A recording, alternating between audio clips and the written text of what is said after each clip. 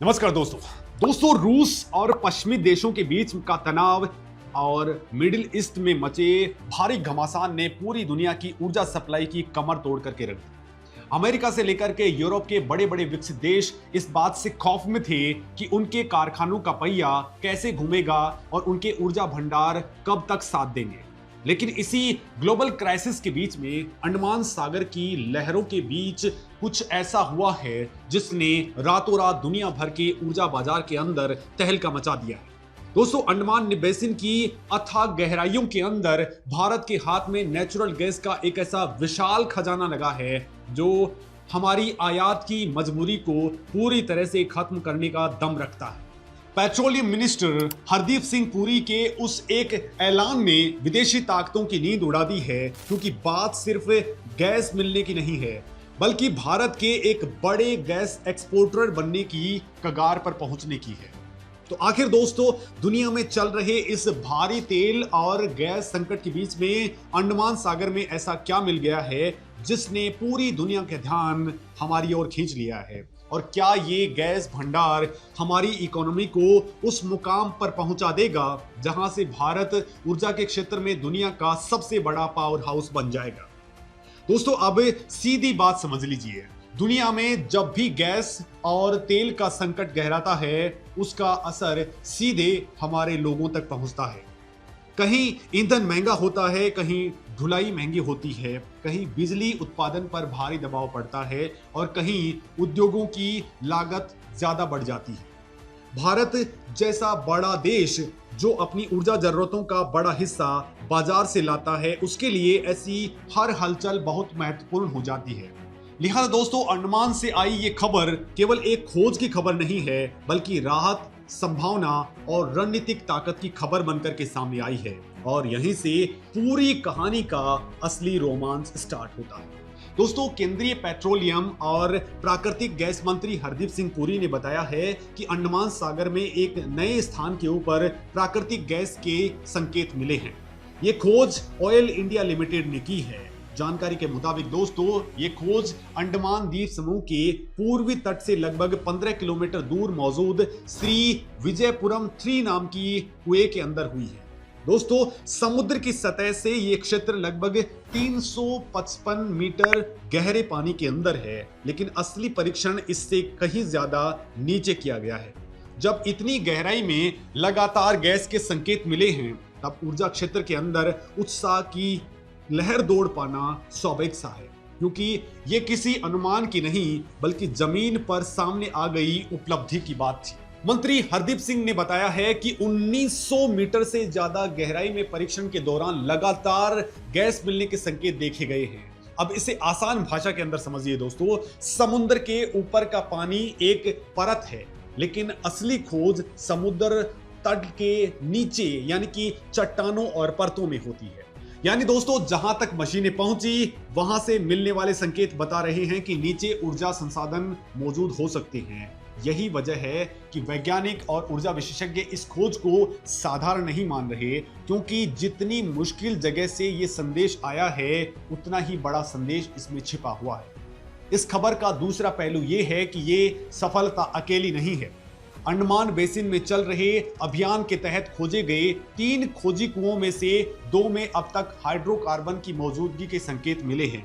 इसका अर्थ बिल्कुल सीधा है, अगर एक क्षेत्र के अंदर बार बार अलग अलग लोकेशंस के ऊपर सफलता के संदेश मिल रहे हैं तो भूगर्भीय संभावना बहुत ज्यादा मजबूत हो जाती है। यानी ये कोई संयोग भर नहीं है, और यही बात अंडमान सागर को अचानक से देश के ऊर्जा नक्शे पर बेहद अहम केंद्र मान लिया जा रहा है। दोस्तों, इससे पहले श्री विजयपुरम 2 में भी गैस मिलने की पुष्टि हुई थी। वहां मिली गैस में लगभग 87% मीथेन गैस होने की बात सामने आई थी। इसका मतलब यह है दोस्तों कि अंडमान क्षेत्र केवल एक अस्थायी उत्साह नहीं दे रहा है बल्कि लगातार ये बता रहा है कि यहाँ के नीचे प्राकृतिक गैस की अच्छी संभावना है। जब एक खोज के बाद में दूसरी खोज सामने आती है तब सरकारी कंपनियों और विशेषज्ञ सभी अपना आकलन लगाने लग जाते हैं, और यही वजह है कि अब अंडमान को सिर्फ द्वीप नहीं बल्कि भविष्य के ऊर्जा क्षेत्र के रूप में देखा जाने लग गया है। अब दोस्तों यह भी समझना जरूरी है कि प्राकृतिक गैस की खोज इतनी महत्वपूर्ण क्यों मानी जाती है, क्योंकि गैस केवल एक ईंधन नहीं है। इसका इस्तेमाल बिजली उत्पादन, उर्वरक और रसोई गैस की व्यवस्था, सीएनजी नेटवर्क, शहरों की गैस पाइपलाइंस और कई औद्योगिक इकाइयों में होता है। अगर देश के भीतर ही बड़े स्तर पर गैस उपलब्ध होने लगे तो उसका असर केवल एक मंत्रालय तक सीमित नहीं रहता है। उसका असर किसानों से लेकर के उद्योगों तक, परिवहन से लेकर के शहरों तक और निवेश से लेकर के विदेशी मुद्रा तक फैलता है। यानी दोस्तों अंडमान की ये खोज एक खबर नहीं है, बल्कि कई क्षेत्रों में असर डालने वाली दिशा बन गई है। भारत लंबे वक्त से अपने तेल और गैस जरूरतों का बड़ा हिस्सा आयात करता है। इसका मतलब साफ है दोस्तों कि हम बाहर से लगातार खरीदते हैं और इसके लिए भारी विदेशी मुद्रा खर्च करनी पड़ती है। और आपने देखा भी है कि हाल ही के अंदर मोदी जी ने हमारे देश के लोगों से अपील की थी कि वो पेट्रोल से जुड़ी हुई जो चीजें हैं उनका इस्तेमाल कम से कम करें। तो दोस्तों जब अंतर्राष्ट्रीय बाजार में कीमतें बढ़ती हैं तो भारत पर दबाव पड़ता है। जब सप्लाई में अनिश्चितता आ जाती है तो चिंता और ज्यादा गहरी हो जाती है। ऐसे में अगर देश के भीतर नए स्रोत मिलते हैं तो ये सिर्फ उत्पादन बढ़ाने की बात नहीं होती, बल्कि राष्ट्रीय सुरक्षा, आर्थिक मजबूती और रणनीतिक स्वतंत्रता की बात होती है। लिहाजा अंडमान से मिली ये सफलता उम्मीद से कहीं ज्यादा बड़ी मानी जा रही है।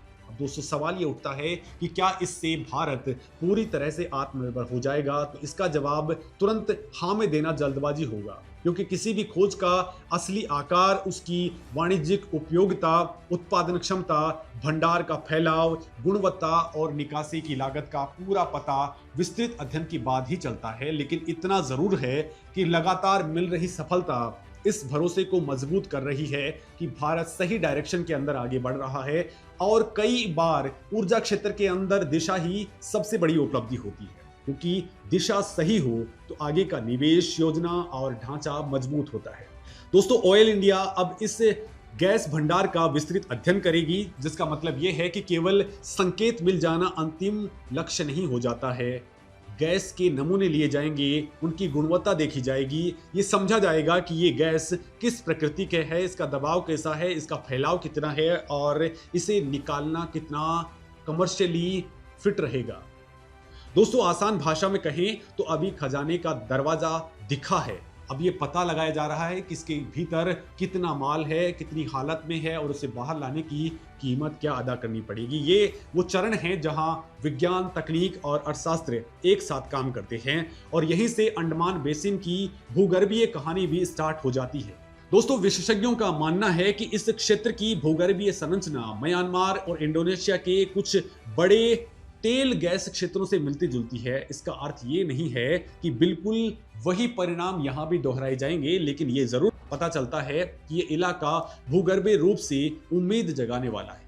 जब किसी क्षेत्र की चट्टानी परतें, तलछट की प्रकृति और संरचना पैटर्न उन इलाकों से मेल खाता हो जहां पहले से ऊर्जा संसाधन मिले हों, तो इस खोज का महत्व कई गुना बढ़ जाता है। और यही वजह है कि अंडमान की चर्चा अब ज्यादा गंभीरता से हो रही है। दोस्तों इसे यहां एक आसान एग्जांपल से समझिए। मान लीजिए कि किसी इलाके के अंदर एक बार पानी मिला, तब लोग खुश होते हैं, लेकिन सावधान भी रहते हैं।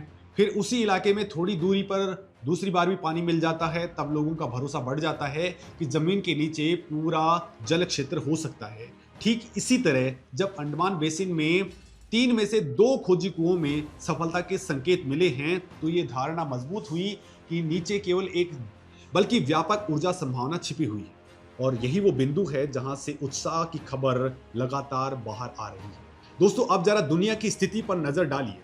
वैश्विक ऊर्जा बाजार पिछले कुछ वर्षों में कई कारणों से अस्थिर रहा है। कहीं युद्ध, कहीं सप्लाई चेन में बाधा, कहीं उत्पादन में कंट्रोल, कहीं समुद्री मार्गों की चिंता और कहीं राजनीतिक तनाव ने तेल और गैस के बाजार को लगातार झकझोर दिया है। ऐसे माहौल में जिस देश के पास अपने खुद के ऊर्जा स्रोत हैं, उनकी स्थिति मजबूत होती है, क्योंकि वो हर बार बाहर की टेंशन का शिकार बनता नहीं है। वो विकल्प तैयार करता है, वो सौदेबाजी में मजबूत होता है और वो अपनी अर्थव्यवस्था को ज्यादा भरोसे के साथ में चला सकता है। अंडमान की खोज इसी बड़े संदर्भ में और ज्यादा महत्वपूर्ण हो जाती है। अगर आने वाले वक्त में अंडमान क्षेत्र में बड़े स्तर पर गैस उत्पादन संभव होता है तो इसका फायदा कई स्तरों पर दिखाई दे सकता है। पहला है, आयात पर दबाव कम हो सकता है। दूसरा, विदेशी मुद्रा की बचत हो सकती है।